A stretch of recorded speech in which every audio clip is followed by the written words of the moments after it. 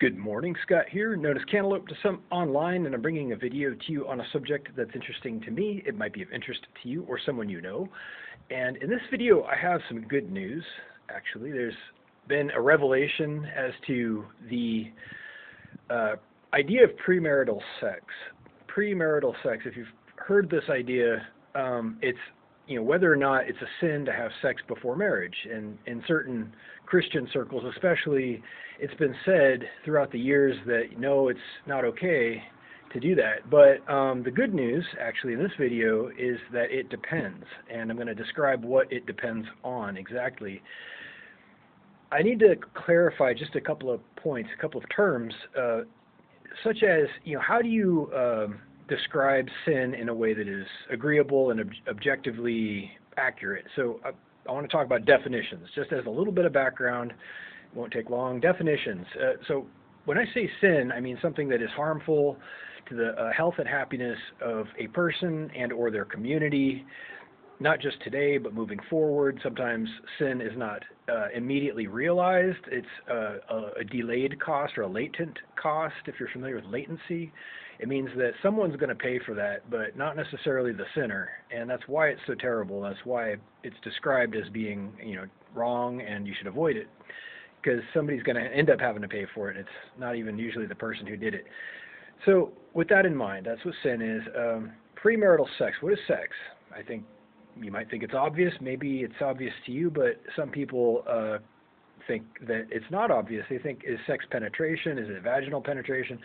Is it is oral sex sex? It's called sex for a reason. And I don't want to get too graphic in this video, but I also want to say that sex doesn't even necessarily need to involve physical intimacy. There's a bigger picture when you're doing it properly if it's part of a loving relationship, and that is the quality time you spend with somebody can be sexual, as in romantic in nature. You can actually have a very fulfilling sexual relationship with somebody and omit the intercourse, if that makes sense. It's entirely possible. The quality time is the main thing when it's about love. Which brings me to my point about premarital sex. So, is it a sin is the question. Is premarital sex a sin? Especially for young people, people who are obviously attracted to each other. There's no disputing that. People who would, if all things were equal, be physically intimate for a lot of good reasons. But the thing to think about is, what is the actual motivation? Hear me out. What is the actual honest motivation? Is it entertainment? Because you're getting into some dangerous territory at that point. If it's just to have a good time, if it's to fill the time with something fun, there's a word for this. You might have heard the word lust. Have you heard the word lust? It means having sex for entertainment. Having sex for recreation or for some reason other than an expectation of permanency where you love the person and want to stay with them. Why does that matter? Why does commitment matter? Well, for a lot of reasons. Because without an expectation of commitment, you need a lot of things that aren't healthy, such as contraception, which in that case would create a new behavior. And I've covered this in my other videos. I don't like making the same videos over and over, but contraception isn't meant to create new behaviors. It's meant to support and empower healthy behaviors that are already in existence, things that are natural and proper, and it's supposed to, give you some freedom and breathing space, so to speak, but not create an entire twisted lifestyle. Unfortunately, that's a byproduct in our culture of the use of contraception. So one question you can ask yourself is, could you or would you do something without contraception? Or is it necessary in order to partake of the activity in question? So it's an important clue. It's called a clue as to whether it's proper or not. If you're confused about it, if you're even confused, I don't know. So the question is whether or not it's a sin to have sex or be physically intimate with people as a young person, prior to marriage, prior to some kind of commitment. What is marriage? I have not defined marriage yet. So it might be obvious to some people what marriage is.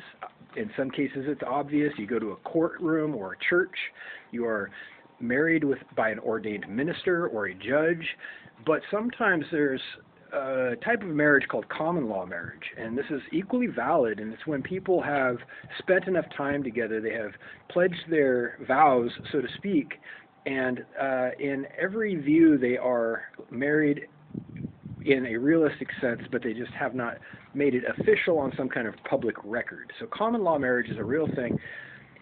Now, I want to connect an idea, so pause that subject just for a second. There's another idea here that's very important.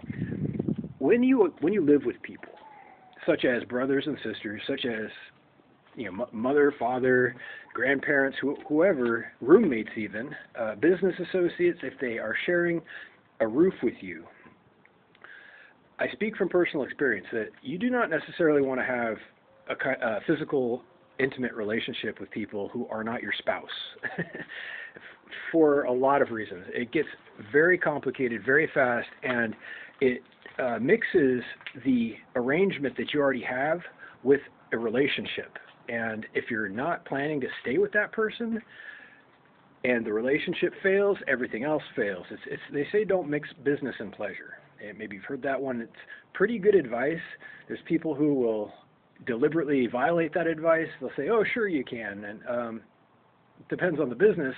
But typically speaking, as a rule of thumb, I like to avoid, personally, this is my personal preference, I like to avoid being sexual or intimate with someone who I'm not committed to, especially and 100% if I'm living with that person.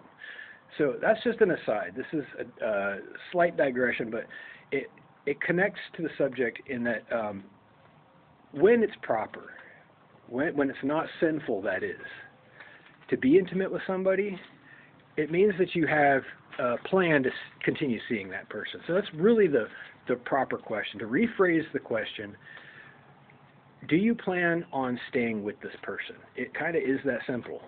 Or are you just getting your jollies? Because at that point, it becomes lustful. If there's no bigger picture, if there's no expectation of permanency, if there's no real love in it, then it's lust by definition. Okay, and I'm not just making this up. It's not a judgment. I'm not criticizing. I'm just saying that that's the definition of the word lust. Sexual recreation for no bigger purpose. Anyhow, maybe that answers the question. It's dangerous. It's improper because people get hurt. And that person deserves better. You deserve better, both of you. If you want to occupy a person's schedule, if you want to tarnish their reputation, perhaps, especially if she's a female, and I've talked about female reputations in other videos, why they are disproportionately sensitive because females can get pregnant, whereas males cannot, again by definition. If you want to tarnish her reputation by adding another person to her list of people she's been with, you're doing her a disservice. You're doing also the next guy a disservice who would prefer that she stay sensitive, prefer that she remain perhaps inexperienced and as untouched as possible. And that might sound awkward, but it's absolutely true. Unfortunately, in life, people build calluses, emotional calluses, sensitivity, diminished sensitivity, desensitization is what it's called. And the more relationships you have, especially if they're casual in nature, if they are frivolous and whimsical and you're just, getting your jollies, like I said, you lose sensitivity. You lose the ability to bond with people because you get in the habit of being frivolous about it, if that makes sense. Old habits die hard. And there is nothing as sensitive as an unbroken heart. So it's a lot to think about.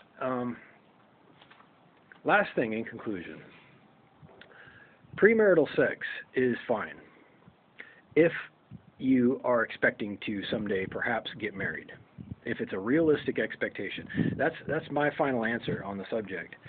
If you aren't planning on staying with the person in a realistic way, just skip it. Skip it. If you're just going to masturbate on their body, which is what that would be, don't involve other people with that. It's not nice. It's not kind or loving, and it's uncalled for. There you have it. Don't be lustful. Reach out if you like with questions down below. Thank you.